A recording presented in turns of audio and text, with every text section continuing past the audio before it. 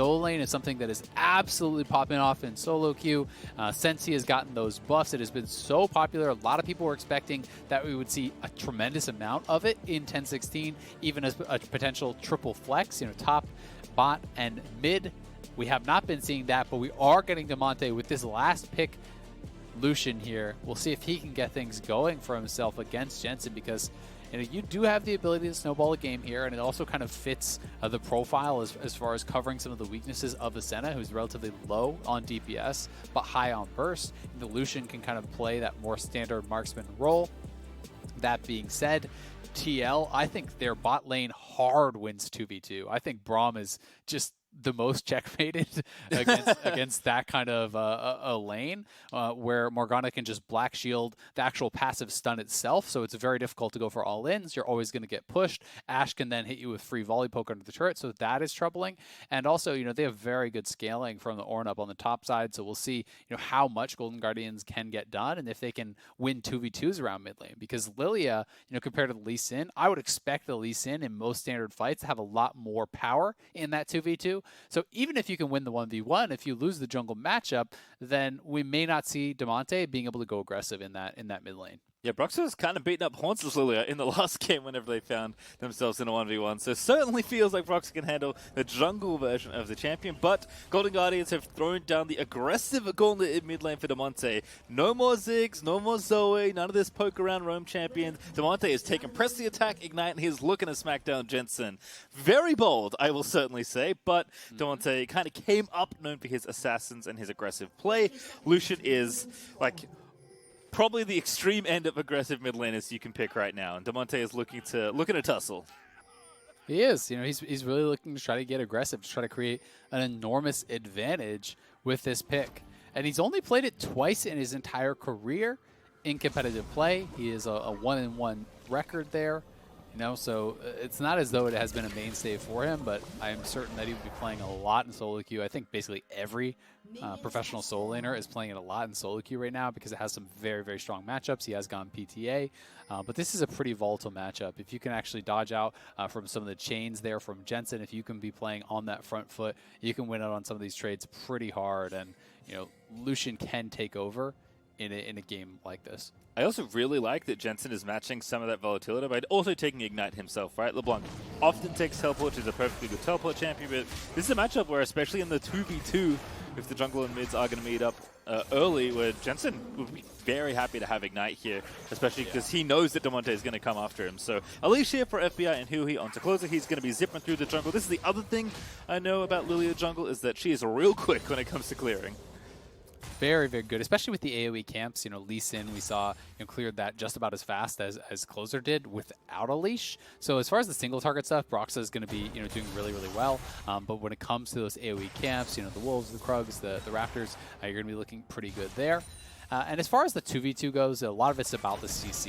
If Jensen can actually land the chains, guarantee Broxah to come through with that Q, then that is going to be very, very powerful. There's no real CC over on the side of this Lucian and Lillia. Yes, post 6, there is a potential for that sleep, but in general, they are going to be having to try to avoid the skill shots from TL, and if you can avoid the chains, avoid the Q from Broxah, then you can have potential to win that. But as expected, FBI and Huhi probably going to be seeing a lot of their turret this game, to be honest with you. I just think that you pretty much guaranteed to have the push with Ashe, who's going to be able to throw out those volleys, obviously AoE, and also you hit the enemy with the volley, that procs lethal tempo, that gives you the attack speed to shove forward. Nice trade there, though, from Damonte, getting aggressive. Yep, no avoiding of the puddle in bot lane, sadly. CoreJJ just pushing things along, much like Huhi's Calm was doing in the last matchup, just Wing the champions and the minions to soften them up so the push can happen always. Mid lane, though, I do see Closer in the area, but Tactical going to get rooted up here as Jensen was a target. But no sleep available, of course, because Lillia needs to be level 6, so Damonte just going to get a little bit of assistance before the junglers back away. And those are just nice ganks to go for, right? Even if you get just a little bit of damage down, I think it's very well worthwhile because it's not a teleport mid laner. So, you know, even just chunking them, as long as you're not investing a ton of time, and he was just doing a full clear over basically, well, he still has his Krugs, but, you know, 5 camp clear into Scuttle. So he's just walking by mid lane, throwing a Swirl Seed, and then going right back to farming. Broxah is spending a lot more time around this mid lane. You know, he has kind of skipped those AoE camps of the Krugs as well as the Raptors, and he's looking to get things done, but he's actually spotted by that vision plant that I believe Huhi procced down from bot lane. So that's what looked like happened on the minimap there. You know, excuse me if I'm seeing that wrong, but, you know, nice play from Huhi if that is in fact correct. I mean, what else are you going to do, you know? Going to be trapped under the tower here, although right now the lane is actually meeting in the middle. Impact is on top of Hauntzer, but here comes Closer to start spinning Impact. He's seen this one before and he doesn't like it at all. Eep him, Closer. There we go. It's first blood for Hauntzer. Well, watch out. Eep. There it comes in from the Lillia. Taking him down. Nice early kill here from Impact, and because he was so far up the lane, he knew there's not really any way out for him. The lane was pushing away from him. That's why he's moving so aggressively. And when you've committed the Searing Charge and you see the jungler walk in right as you do it, you're like, well, unlucky. There's no getting out of that. Even if you flash, he's on the other side of you with more move speed than with you. So you're dead either way. And in this case, I think Impact was smart to take that. Ooh, CoreJJ getting involved. Huhi, though, eats the flash binding, I believe. And no Ignite burnt either for CoreJJ. So still has that summoner, but did force a flash of FBI, so a worthwhile trade indeed. As once again, the interior of the turret will be viewed by FBI and Huhi. A very aggressive move there from CoreJJ, which you'd love to see. But even if the binding lands, Cleanse is available for FBI, so I don't think it would have actually resulted in anything more either way. Wasn't close enough to actually go down. And credit to FBI and Huhi, who are actually landing so many of these Qs through minions. They're going aggressive now on Tactical. Yeah, they've got that exhaust. They're going to force the flash. One more auto need. A Black Shield off, and there's Huhi with the flash in. They're going to go for it here because Damonte is roaming down. That's going to be a straight up 2v2 kill. Wow. The mid laner, but here comes the dive. The root lands as well. Damonte going to clean it up as FBI takes the second. They outplayed them so hard. This matchup is so difficult for FBI and Huhi. And they're not only able to withstand that, they're actually able to find the way in to get that kill. And the Black Shield timing there came out from CoreJJ, but Huhi just waited it out and then procced the passive after the Black Shield expired. And because CoreJJ had actually flashed offensively, he couldn't get out as Closer arrived. So incredibly well done. 2,000 gold lead at 6 minutes. Last time they had that at 9. This time it's even better in the early game, so we'll see if Golden Guardians can hold on to this lead and continue pushing it forward. Yep, going to have to certainly start the snowball rolling, but it is packed up nice at this point in the game. Extremely well played in the 2v2. As we'll see if there's any more action happening. Also great roam from Damonte. Don't always expect the Lucian to be roaming down there, but certainly had the timing there 1v1, and also is keeping even in CS despite getting out of there. He's got a cull now, so he's going to be farming up nicely in the mid lane. Closer now level 6 is going to start grouping up with Huhi. This is one of the things we haven't seen as much from Huhi, is the ability to get out of the lane and roam, which has been tricky given how often they've been pushed in. But at least getting some time out in the area to see if anyone is in a silly place that he can pick off. Yep, I mean, this is his second melee support game. The Alistar one, they were kind of relentlessly pushed in. They couldn't find the all-in. This time on the Braum, I thought it was even less likely that they could find an all-in. And honestly, it's just a straight-up outplay. They punished the fact that CoreJJ flashed aggressively. You know, they withstood a lot of the push and poke that TL had there, and you know, find the angle for the engage from Huhi, and just really, really well timed around that Black Shield too. That is very tough to win a lane like this. So FBI and Huhi really showing their prowess in this bot lane 2v2, and we'll see if it can get them potentially their first win in this series and start that long climb back towards what would be that comeback. You know, they'll have to win 3 straight, and TL, you know, looking to just close it out here and punch their ticket to Worlds. Yeah, Damonte has never found a best of 5 towards Worlds that he doesn't like. As he's going to go ahead and push down this wave. Doesn't have the blue buff, by the way, because Closer actually going to go ahead and take it, which, you know, you can certainly see makes sense. Has the Runic Echoes already finished from the Stalker's Blade, so going to be some nice damage. Are expecting Leandru somewhere in this build, likely as the second item, but where Lillia goes after that is really up to the Lillia player. So we'll see what jungle Lillia has here for Closer, as we did see a pretty aggressive build from Hauntzer in the last game. Exactly. You know, I do think we'll see it second. You know, there's potential for going another route if he really feels like that's going to be the play. But Broxah starting up the Rift Herald here. I think with Impact kind of walking over there, they're at least going to check, and they will spot that he is on it, clear out some of this vision, very likely. But Jensen has made the move over. They're looking for the engage. Ooh, Flash still clips him, and here's Jensen. Double dash in, ready with the chains. Go to sleep, LeBlanc, don't ignite me. No one else follow up. Broxah just takes him down. Very clean work from Team Liquid. Really nicely done. The move just happened a lot faster from Jensen, who had the push. Damonte wasn't roaming over, so Closer and Hauntzer should have just backed it up. You know, there's no reason that they need a challenge. Now Oh, not all again. in. Tactical has got no flash. He's about to get stunned up again. GP ulti's going to seal it as Huhi. Going to grab the well-deserved kill, but the follow-up is there. The W lands. No flash for CoreJJ, but the Black Shield is real nice as Huhi taking up a few too many tower hits, but he has the stopwatch. No binding here for CoreJJ, so Huhi's going to stay alive as Golden Guardians dual lane gets yet another 2v2 kill.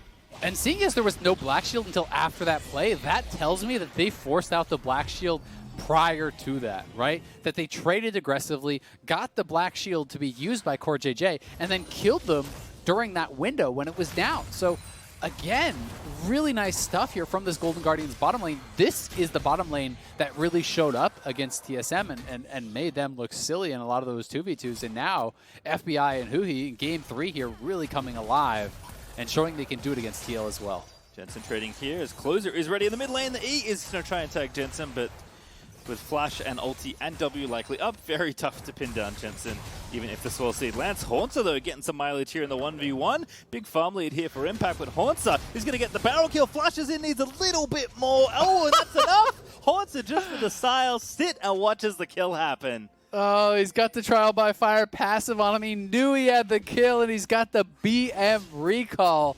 Taking a seat on the barrel and watching him burn down. Impact falls for the second time this game, but it is TL, still keeping it close, mind you. 6 minutes, 2,000 gold lead. It's less than that now. Don't kick me, bro. Oh, Broxah with a nice Q follow-up as well. Hauntzer still trying to get his way out of there, but the oranges aren't available, so the shutdown is there for Broxah, who sweeps in with the Warrior. And he's actually going to freeze this probably for Impact. So they may lose Dragon on that bottom side, but as funny as it is, Hauntzer might actually get behind off of getting a solo kill because he couldn't push out the wave. So now he's going to lose an entire wave of experience and gold.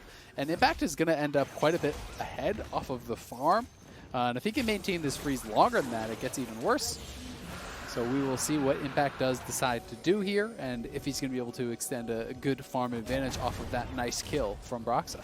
Hauntzer's completed his Trinity Force, though, so he's holding the freeze. He's going pretty naked on this item build, but pretty powerful. But as you mentioned, Impact is going to make life very challenging. At least Closer was able to finish off the Drake, so Golden Guardians, despite not having the pushing bot lane, do at least get the first Dragon. But the sacrifice for Hauntzer's lane, we'll see if it's worth it. I imagine Closer's going to come and try and fix the situation in just a moment. But for now, Hauntzer just has to chill out.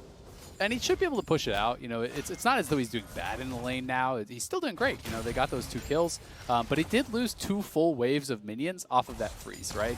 And had Broxah not shown up at that time, he would have been able to reset it and lose nothing. You know, plus he would have been having minions being denied from his opponent. We'll see if the chain can land. Nice sidestep. Yep, Damonte with the smooth moves as Broxah looking to land a skill shots of his own. Broxah says, this is how it's done, buddy. But no follow-up there. It's just always interesting, like, how big of a difference those little swing plays can make in top lane, you know, because instead of the wave pushing to you and denying minions from your opponent, you now lost those 2 waves, where Impact probably would have lost 1. So it's like that difference of you having 2 waves denied from you instead of them having 1 denied from them, that's 18 minions, right? Like, that's a tremendous difference off of 1 play, and that, to me, I think illustrates pretty well the power of the freeze. Yeah, people tell me top lane's playing League of Legends. I think it's actually like a sim management game. There's like lots of little things you have to keep track of because the city falls down real quick if you don't get them under control. But still good play overall in the top side. Curious to see what Hauntzer can do, especially I imagine the gold lead's not that bad with GP having extra money. Solo kill time with a bit of assistance from FBI. Damonte almost opens up the mid lane, but Jensen will be forced to flash and go back to base.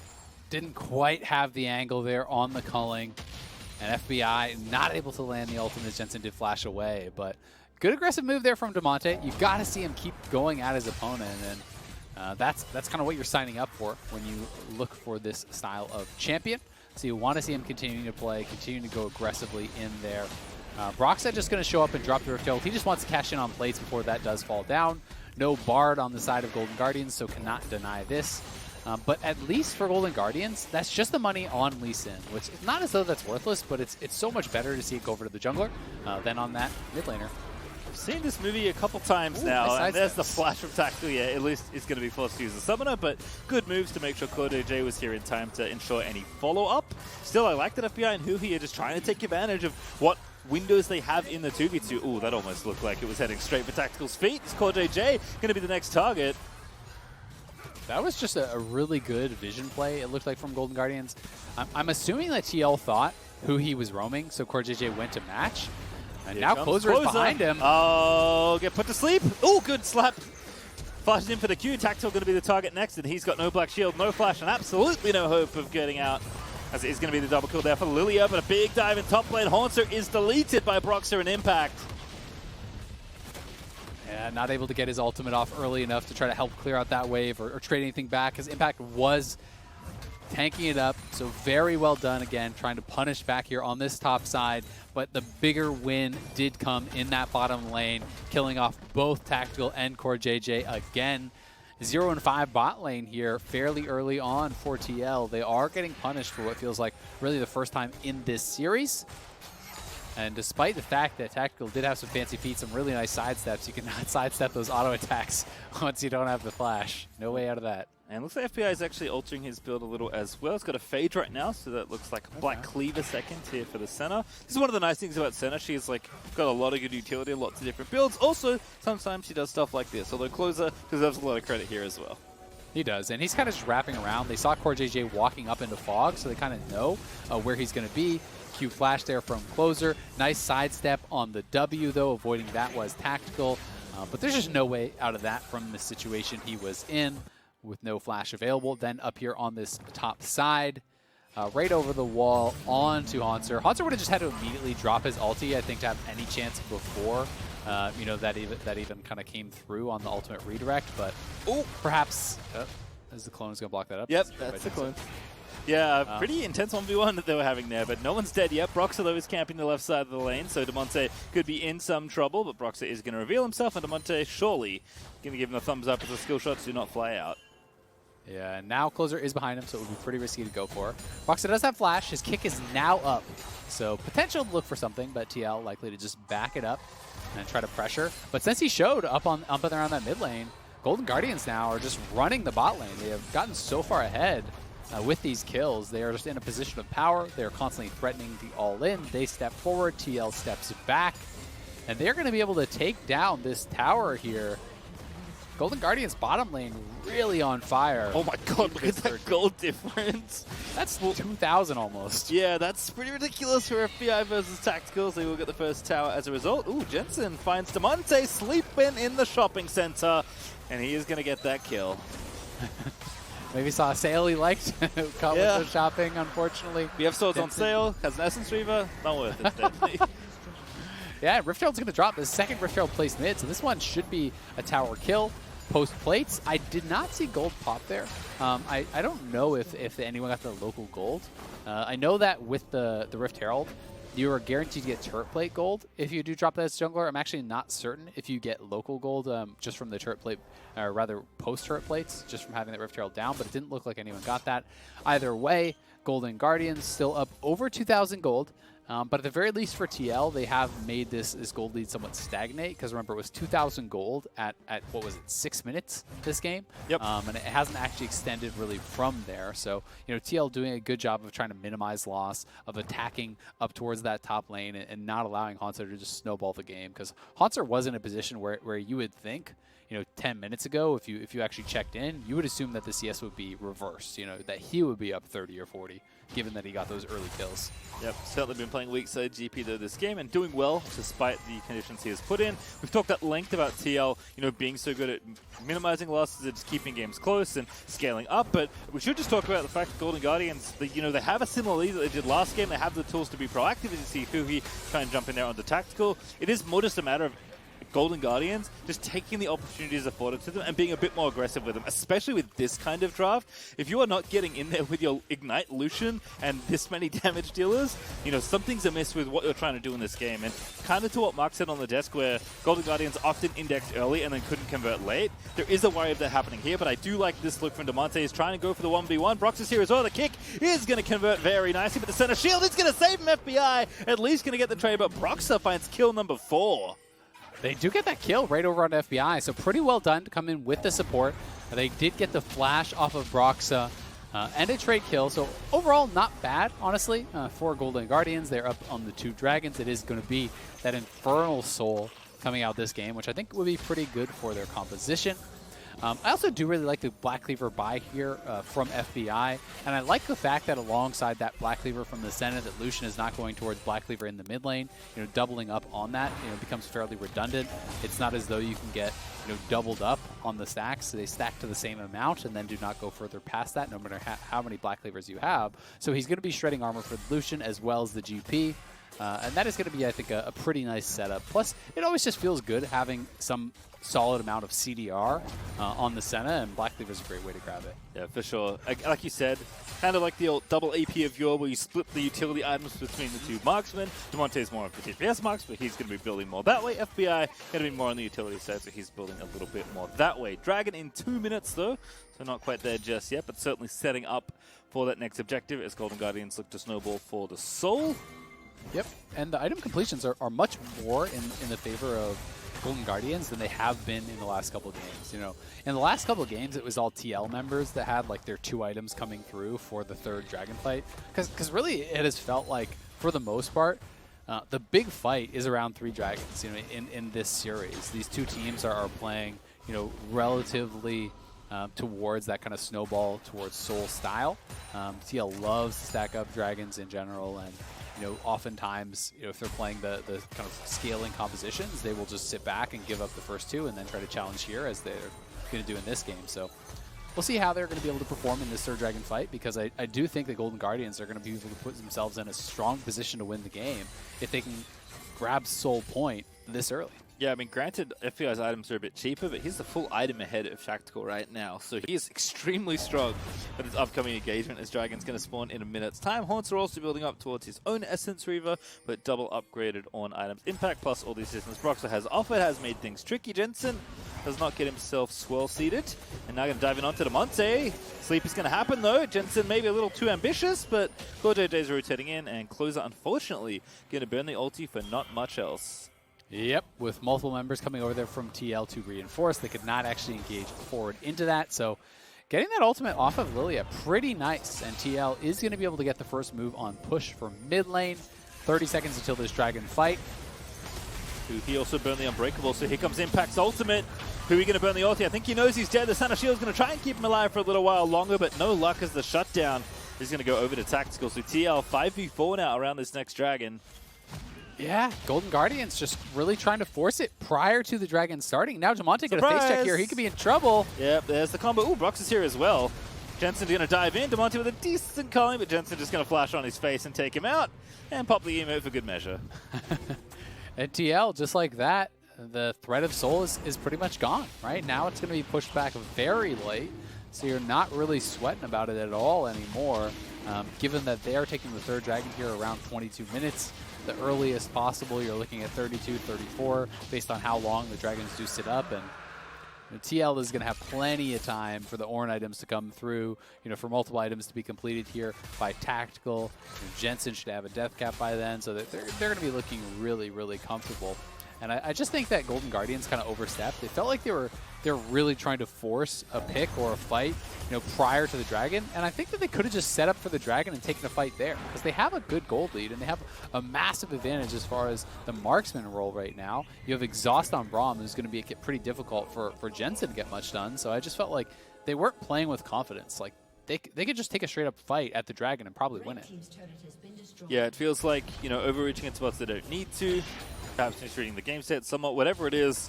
Golden Guardians, they're in a tough situation, right? Down 0-2, they know they have to win every single game in front of them, but the pressure is even higher when you don't have any games left to give away. Team Liquid, we know, are always going to be the stoic, stalwart side. as Damonte is going to catch this wave, and Golden Guardian's just going to have to wait a long time for that soul to reappear on the Rift. So if the game is slowing down, that is double thumbs up for Team Liquid. They love it when the game is played at their pace. Yeah, that's really kind of where their comfort zone is. And Golden Guardians has been great at getting leads the last 2 games, but hasn't been very good at extending it. Hasn't been always sure like, where to go or when to fight. These types of things, they are often getting preyed on in the side lanes, as we're seeing, Broxah do a good job finding kills on this Lee Sin. To his credit, we saw when Hauntzer got a massive advantage on the Lillia, it was Broxah getting great picks on him in those side lanes, and then this game, being able to make it happen again. FBI trying to get very aggressive, which I like to see, but he's forced to flash away thanks to the ulti out of Impact. The tactical certainly under threat. It's actually an RFC finish now for the Senna as well. FBI is going to heal up by spamming a couple Qs out, but no summoners now for FBI around the next engagement. No flash, no cleanse, makes you very vulnerable to a kick flash there from Broxah. A little bit of an awkward spot here for Huhi. Should be able to hop back to his team. Golden Guardians just saying, all right, we're going to group up, and they're going to try to use some of the poke here in their composition. Lillia is actually fairly good at sieging, just poking away with those swirl seeds, but they're going pretty far forward. Impact is very tanky, but not tanky enough. He's almost dead, but somehow he lives through every single bit of kit in the Golden Guardians lineup. And they keep their tower as well. Jensen was also topside just in case he was needed, but he's going to go straight back to pushing those towers. The Golden Guardians start to feel like a little bit of desperation in this mid-game. Wanted to try to get something done. I don't think they feel comfortable sending anyone to match the LeBlanc right now. They have been kind of getting preyed on in the sidelines, as I was discussing the last couple of games. Broxah doing a good job picking on Hauntzer, and Damonte has gotten killed off in a side lane a couple times now. So I think they're worried about anyone who goes up to match this LeBlanc, and as a result, they're saying, all right, let's group it up. Let's try to kind of deathball a bit here, see if we can force something. They almost kill off Impact, but not quite, and as a result, Jensen just going to be able to push in the wave top lane for free, get a bit of a farm advantage there for himself, and does now have that death cap completed. Unfortunately, they actually upgraded the Luden's Echo, which, when you're building towards the death cap, it's just so much more of an effective Ornn item to upgrade, so really Impact should have held off until that completed and not actually spent it on that Luden's Echo, a minute or two early, because it's not even like, if there's like a huge fight and it's like do or die, I get it. But I don't even think he interacted with champions, during that window. Yeah, I don't think so either. So small mistake, but Jensen's still feeling good about where he's at. Perhaps chiding Impact for his on passive usage. Also like that Hauntzer's caught up, right? He's been the one kind of catching these side waves. He's evened up the CS discrepancies on the way to item 3, which is Leandre's, which is real spicy, but very nice for Gangplank. Yeah, it's become kind of like the new third item that is getting pretty common. It's very popular because of the interaction with the ultimate. The slow applied by the ultimate is getting you the extra burn on Leandre's. Obviously, it's fairly easy to stack up to 10% there with the ultimate ticks as well as barrel chains too. So it does make for like a super powerful ultimate, and just the madness passive even is going to help your physical damage. I like that Leandre's has perhaps changed its tagline from sometimes people buy this to Leandre's good on everything, because it's the list of champions that want to build this item just seems to keep increasing. FBI though going to pop the mist to try and get Huhi in range. CoreJJ is the target, but the binding will come through as he kites his way out of there. Oh goodness, that's a 2-man knockup if I've ever seen one. See you later, duo land, as that's going to be 2 quick ones for the bottom side of TL, and now the Impact ulti's going to find 2 Team Liquid, who's taken over the team fight. Damonte popped by Jensen. Closer will be followed on by Broxah, and Broxah does the kick on Hauntzer right before he can kill Lillia, so he's going to ensure at least the 4 kills. Closer is going to live, but just barely, as Team Liquid completely destroy that fight. Jensen's going to go hunting, and they're going to be on Baron in the meantime. Closer has taken the safe path back, but if he was trying to stay away for a steal, Jensen would have found him. So Team Liquid, just like that, full control of the game. They claw their way from behind into the lead. They're going to grab Baron, and we'll see if they can just go straight over towards the Infernal as well. Golden Guardians would love to try to sneak away that Infernal to try to give themselves some hope of a win condition here. Put themselves at that sole point. But with home guards plus the Baron recall, I think TL is actually going to have their 5 members there fast enough to probably contest. Yeah. Also Majai's now for CoreJJ, so he's feeling it for sure. Get some value out of the Dark Seals. Golden Guardians are going to TP in to try and finish off this dragon as quick as they possibly can. Here comes Ornn, though Impact is ready. Arrow is out. Does hit one. The dragon goes over, but what's the result afterwards? Huhi get it back towards his teammates. Impact is closing in. Does get slowed up by Huhi, but now going to get the knock on, but Jensen just destroys the poor squishy fawn in the front line. That is Lillia dead. That is Broxah unstoppable. Taking down the second as Huhi falls as well. And TL might have lost the dragon. It's tactical. Not enough cannons. Not enough. What are they? Cannonball? Yeah, not enough cannonballs to the cannonballs. As tactical will live. Alrighty, let's watch this again. So this is way back to the previous engage. CoreJJ getting him in range to speed up Tactical so we can kite it out. And then watch Tactical sneak the Ashe arrow around the edge to kill off FBI. He landed the stun on him, bending the bullet around that Braum, which meant the Senna ultimate didn't even complete casting. He goes down immediately. Broxah getting behind Hauntzer, kicking him in. Beautifully done. Broxah has had a strong series for TL, and then because they got those kills over by the Dragon Pit, the push is on.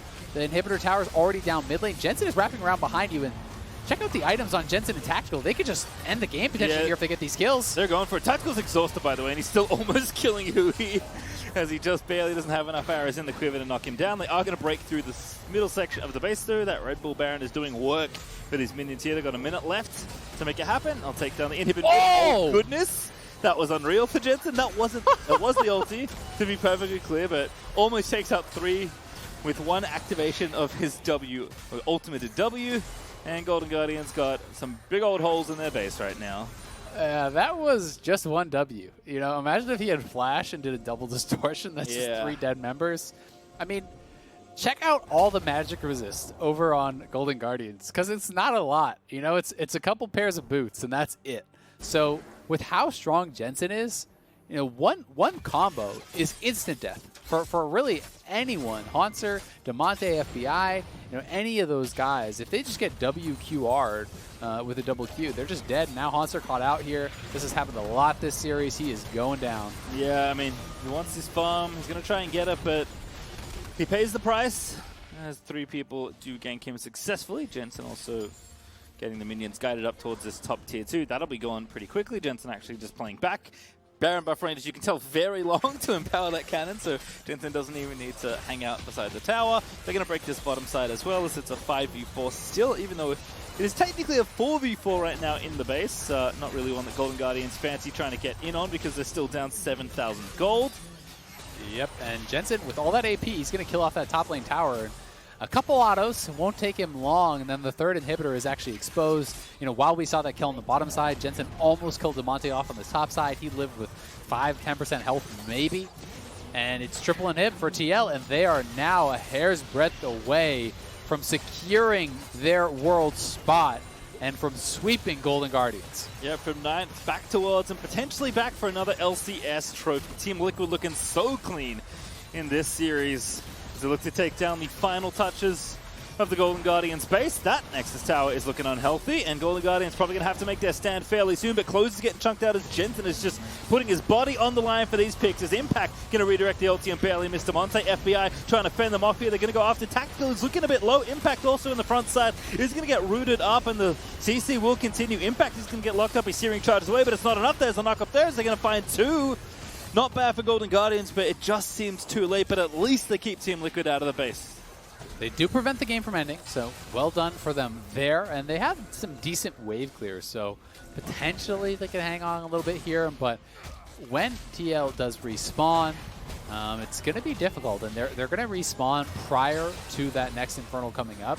Golden Guardians, I feel like you basically just have to all in and pray you somehow get that Infernal Soul, but you know, maybe those hang back and try to give up the next dragon and say, maybe we can just wave clear it out and wait for those inhibitors to respawn. Because as you can see in the inhibitor timers in that bottom right, it's going to be quite a few minutes before they do go down. Here's the replay around these Nexus turrets. Tactical takes a turret shot. Damonte stepping forward with the culling, roasting him up, and then Hauntzer just drops the ultimate on his head. They don't have quite enough damage to actually burst him down, as Broxah came in with the safeguard trying to protect him, but Impact is getting focus fired. CoreJJ gets caught by that Braum ultimate from Huhi, allowing them to clean up a quick 2 kills. A good snipe actually from Closer to set up Huhi there with the ulti. Lillia's really sweet champion to watch. Probably very unfun to play against. But unfortunately for Golden Guardians, going to need a lot more. And again, there are no second chances left for Golden Guardians. They must win this game and the rest if they want to stay in contention for that guaranteed slot at Worlds. They're going to lose this Dragon, but I think this was a foregone conclusion. Golden Guardians going to play for something different. So, I mean, I respect this call. I think it's tough, though, because I don't, like, it makes sense, right? You know, if you go out and TL make you waste time, then you have 3 waves of inhibitors, you know, already down and so many super minions coming in. But if you give up Baron, I just feel like it's just 100% pretty much over, because 6 super minions coming into your base at a time with a Baron buff, you just don't even have the wave clear to deal with that, plus the enemy champions, and that's kind of the problem. So Golden Guardians are going to have to try to way back in their base. When TL comes in, I feel like you almost have to engage immediately and try to kill him off really, really quick, and that's your only hope. Otherwise, TL will just corral in all these super minions, and Golden Guardians won't even be able to wave clear them out. Yeah, Jensen's already getting the first pair escorted in with that Baron buff, and it takes 3 champions to keep them away from the Nexus Tower, but they do so successfully. They also only have 1 Nexus Tower left. It is regenerating quite quickly. That's one of the benefits of those towers, but they... Again, there's not much left for Golden Guardians to defend, so they're likely going to look now for some sort of engage, but the swell speed just short there of TL.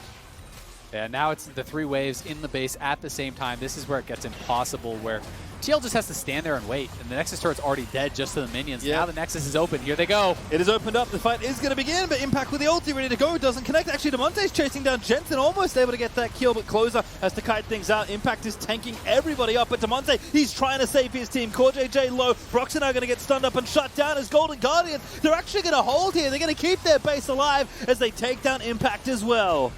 Damonte popping off. It is Tanner time in the base. As he goes forward, he pushes back Jensen. He almost takes down Tactical. Got so much damage out in what was essentially functioning like a 1v3 back there. Damonte just had an absolute pop-off fight, allowing the rest of Golden Guardians to kind of section off multiple members of the front line and kill off Broxah and Impact. Well, the rest of their team just ran away. So, you know, watch Damonte here find his moment. Jensen steps forward. He used the Distort already. The tower is down, so they know they need to find some way to go.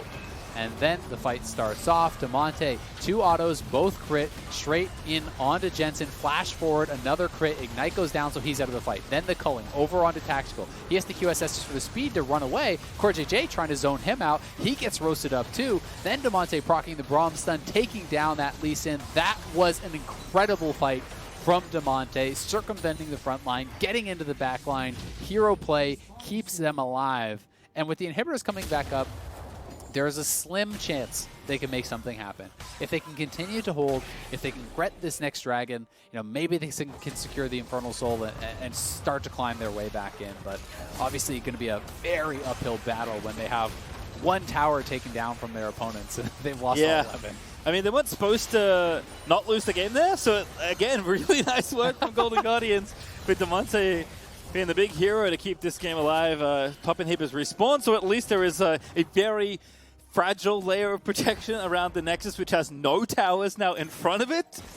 But the game is still going, and that's what Golden Guardians are looking for. I've got 5 ultis up. I'm expecting Golden Guardians to pull the trigger pretty quickly. Impact though going to go in first. Damonte kiting back, but Impact going to be the target. He's going to get stunned up. The CC chains are pretty long here, but there's a Senna ulti to protect Huhi. He's forced to flash out, but Impact, here comes the closer. Perhaps the ulti is good, knocks up 2, but Tactical going to get rooted as Broxah going to try and make something happen. Damonte don't want a killing spree. He's taken out CoreJJ, but they lost closer in the process, as it's jungler v jungler violence.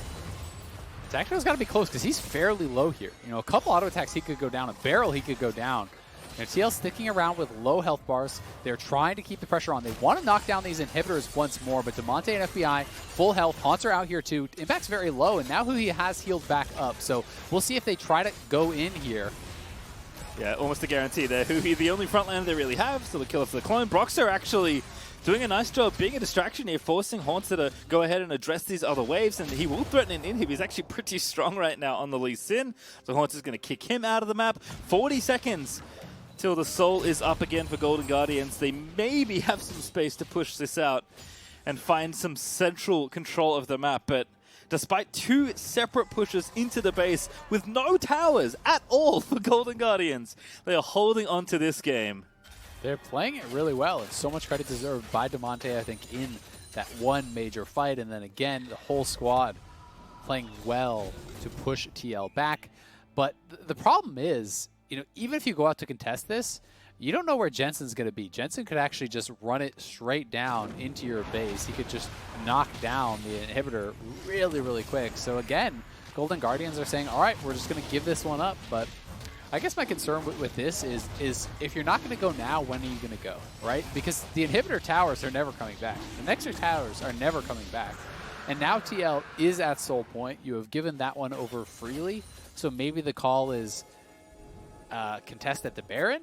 But, you know, you've got to have some sort of game plan on when you're going to leave your base, because no matter how many times you defend the base, like, you got to get out on the map and get some forward movement, because if the minion waves aren't in your favor, you never get anything afterwards. Yeah, I mean, they haven't lost yet, but I think with Elder Dragon / Soul / Baron, it's going to be a lot trickier for Golden Guardians to hold off the assault that will be incoming. 57 seconds now to the Baron is spawning. Hauntzer has 4 items, FBI has 4 items, Damonte has approaching 5. So they certainly have the gold to get it done. It's just everything else not looking so good. And I don't know if they have really enough resources to push far enough to even get to the Baron, but they might just have to run past the mini wave and cross their fingers, because, again, there aren't that many good avenues right now. Tactical, you'll be fine, but it is scary to just let yourself be potentially slept. Well, CoreJJ is behind him, so you can always black shield that. That's true. I do believe. I assume it, you know, works the same way as the Zoe sleep, where, yes, you know, during that countdown you should be able to sleep it up and black shield it. But, you know, I agree, and it's kind of, it's so scary for Golden Guardians, and I understand never wanting to leave your base because you know they could just backdoor you. But at the same time, if you never leave the base, you'll never win the game. So you've got to make a call at some point to play to win, right? And playing to win in this case means moving outside of the base, looking for an objective, looking for some sort of true win condition. You can't just sit back forever. We'll see, though. You know, if they can get a pick in the side lane, like if Damonte could kill LeBlanc here, right? Then maybe you have a way to kind of more confidently move forward. But, you know, that would take a mistake, I think, from Jensen. Certainly would. Hauntzer also trying to get some barrels going. Impact again, going to be the recipient of some CC, but none of the stuns land, so they can't continue the chain. Golden Guardians are setting things up. Hauntzer is trying to get these barrels into some very sneaky spots, but Huhi is going to be assaulted now as Impact going to get it going. Good. Glacial Fissure actually prevents, no, just barely misses the chance on Impact to get the ulti back around, but the dive is happening in for Closer. He's trying to sleep the rest of the team. Jensen going unstoppables. Golden Guardians still fighting out here, but FBI ate so much damage as Broxah dives in to try and finish it up, but Jensen, he's found himself the double, but Impact is low. Hauntzer is so strong, but he's going to fall as he can't dive 1v4 for the rest of TL. So now it's the 2 marksmen only. Look at their health bars. FBI left alone as FBI, he's low, but he's going to get over by Jensen. I think that's going to be it as FBI, he's got to cut it out. He gets the kill, but it's not enough. The ace and the game will go to Team Liquid, despite all the effort Golden Guardians put in, but they have nothing, no one left to defend with now, as Team Liquid are going to finish up the series 3-0, book that final upper bracket appearance with FlyQuest, book that ticket to Worlds, and look to take another trophy once again, as Golden Guardians will fall to Team Liquid. Such a good turn there in the final moments from TL. It looked like Damonte just might be able to make it happen again, as TL had so many low health bars. But the turn from TL was fantastic. Impact getting the knock up onto the Lucian, so low health bars be damned. They're able to get in there, finish them off, and close this one out. Golden Guardians made it work for it in these games, some strong early games, but TL very poised, very controlled, turning in a 3-0 in convincing fashion. Yeah, I mean, at the end of the day, it does feel like Team Liquid is the #1 seed. They're a very controlled team that makes very few mistakes, and it's kind of the series we got here at the end of it all, even though Golden Guardians showed a lot of promise in situations that did demonstrate that, hey, we're a very threatening team. If they clean up just a couple things, maybe have a little bit more confidence in themselves and playing their game plan, the series could certainly look very different. So remember, Golden Guardians are not out of it just yet. Team Liquid will join FlyQuest now as the second of 3 teams to go to Worlds to represent North America, but there is still one space left open, and Golden Guardians get a lower bracket run to try and do just that. Yeah, it'll be exciting. See who's going to be able to battle back. You know, we have 4 teams now in that lower bracket. Golden Guardians joining alongside EG, C9, TSM. You know, of those 4 teams, only one team can make Worlds, right? So, Yeah. so let that sink in. It's those 4 squads battling for the final spot. We already know that FlyQuest and TL, those are our first 2 Worlds representatives. They will go no matter what happens. Whoever loses, even if they lose the next series, they're going to be guaranteed top 3 still. So it's going to be this huge battle now, in the coming weeks to find out who that final team is going to be to make it up into that top 3. And then ultimately, who is going to be the team to take the LCS Summer title here in what has been a very hotly contested season. Yeah, we have, again, Team Liquid now moving towards contention. They are recent 4-time winners, but did not finish well at all in spring. And then, of course, look a lot better now. FlyQuest, who made finals last spring, potentially could take their first title ever as an organization. And then the other 4 teams fighting for that final spot, and, of course, their own shot at the title as well. The fact that Tier 7 C9 might fight for the final world spot is pretty spicy. But, of course, EG and Golden Guardian still have more than enough left, especially if we get some rematches here, because it would be very fun to see potentially Golden Guardians play TSM again.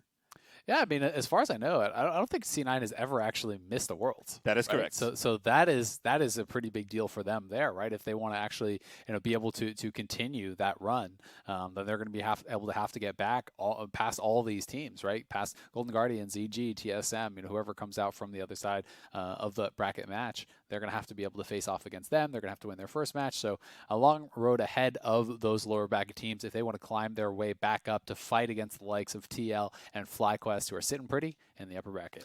All right, well, that is the series done. But after the break, the Tigers is going to be sitting down with the Broxah to hear more about that win. So don't go too far.